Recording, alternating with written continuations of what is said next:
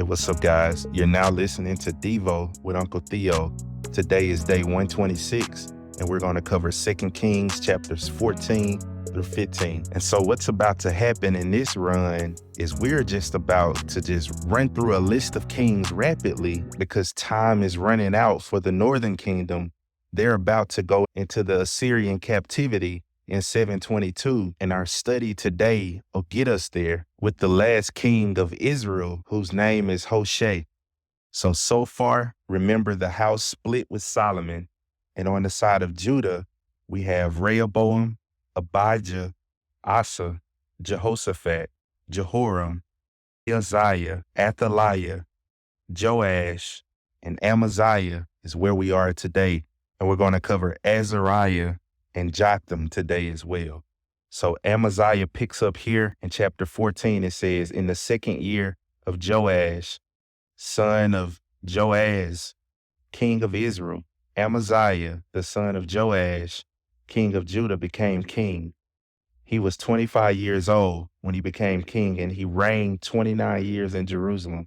And his mother's name was Jehoaddin in Jerusalem. And listen to the summary of his life. He did right in the sight of the Lord, yet not like David his father. He did according to all that Joash his father had done. Only the high places were not taken down. The people still sacrificed and burned incense on the high places. And this is something he also did. Now it came about as soon as the kingdom was firmly in his hand that he killed the servants who had slain the king his father. But the sons of the slayers he did not put to death according to what is written in the book of the law of Moses, as the Lord commanded, saying, the fathers shall not be put to death for the sons, nor the sons be put to death for the fathers, but each shall be put to death for his own sin. So Amaziah has another battle in Edom, and he wins this battle. So he gets the big head. Now he wants to confront the king of Israel, and the king of Israel is Jehoash at the time. And he tells him, come, let's face each other.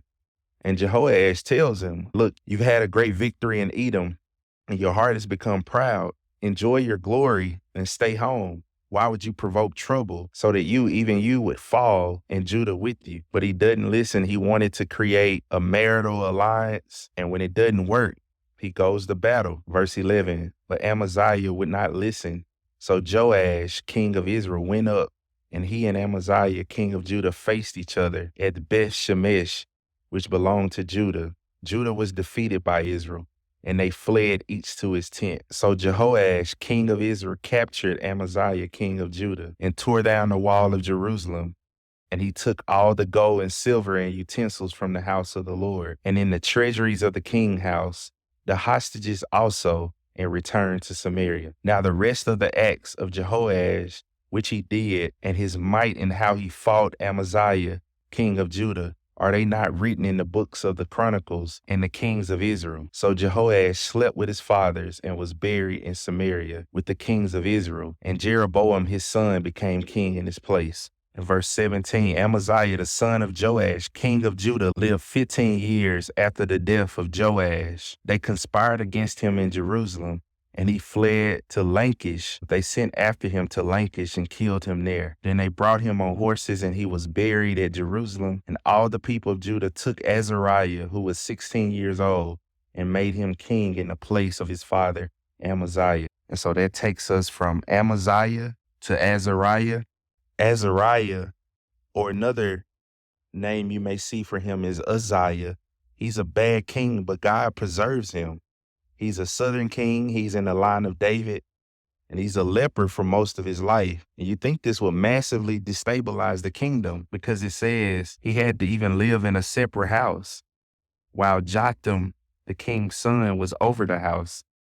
But it doesn't destabilize the kingdom. It shows us we continue to see more glimpses that God is in control. He's the true king. And in verse 5, it says, the Lord struck the king so that he was a leper to the day of his death, and he lived in a separate house, while Jotham, the king's son, was over the house. And remember, it's hard to keep up because you'll go from northern to southern.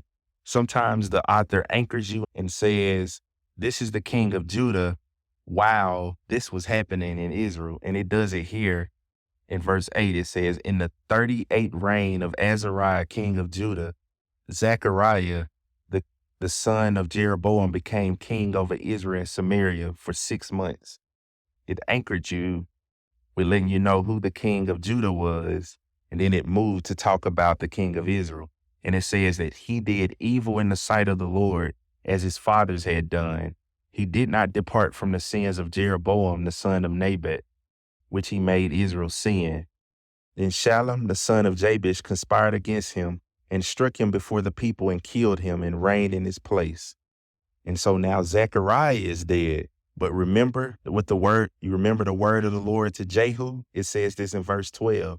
This is the word of the Lord which he spoke to Jehu, saying, your sons to the 4th generation shall sit on the throne of Israel.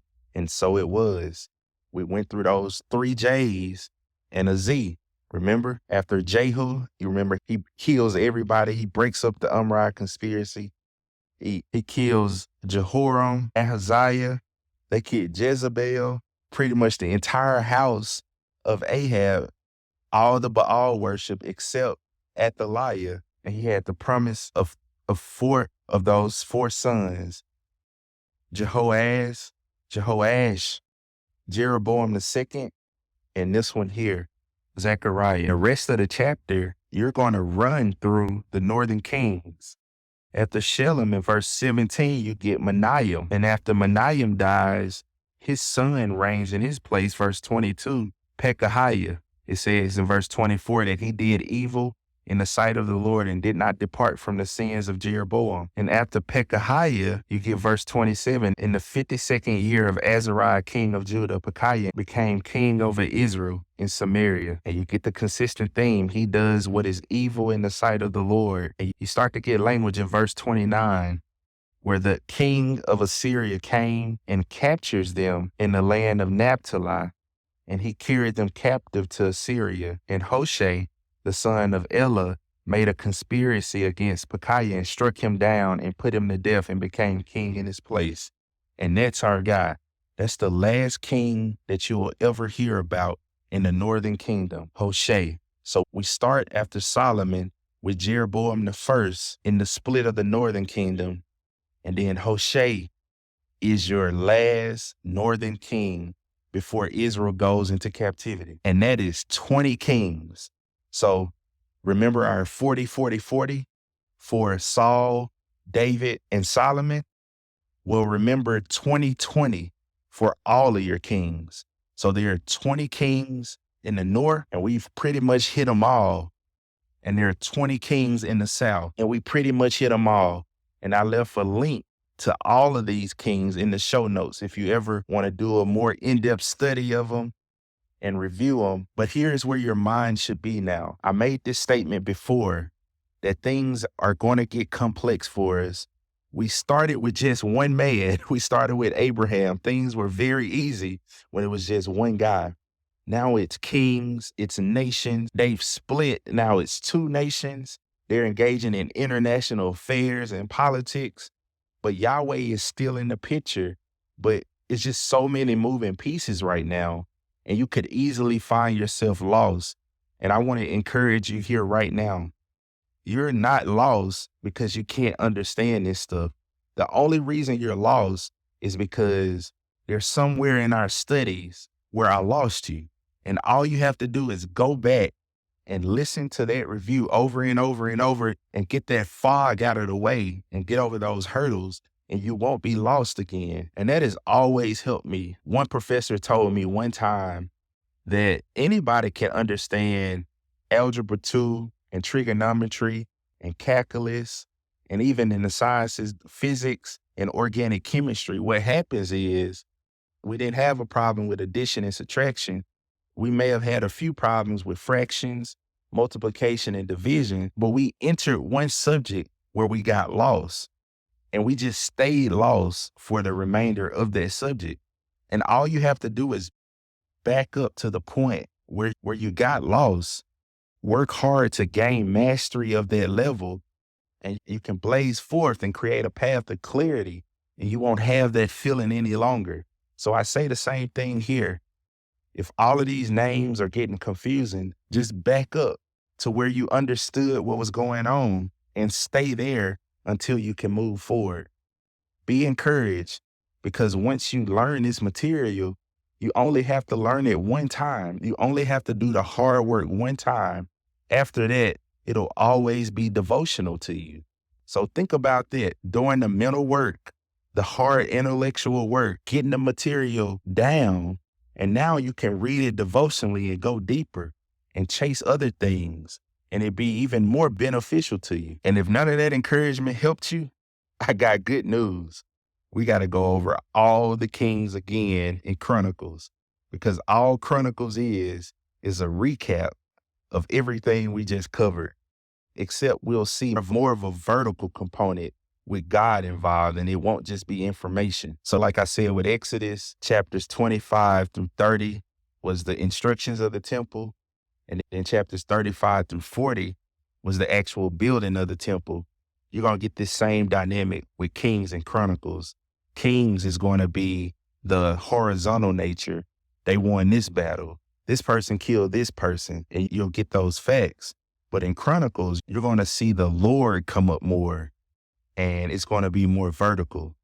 So we only got a few more days in 2 Kings, and then we'll move to Chronicles. You guys take care. Have a good day.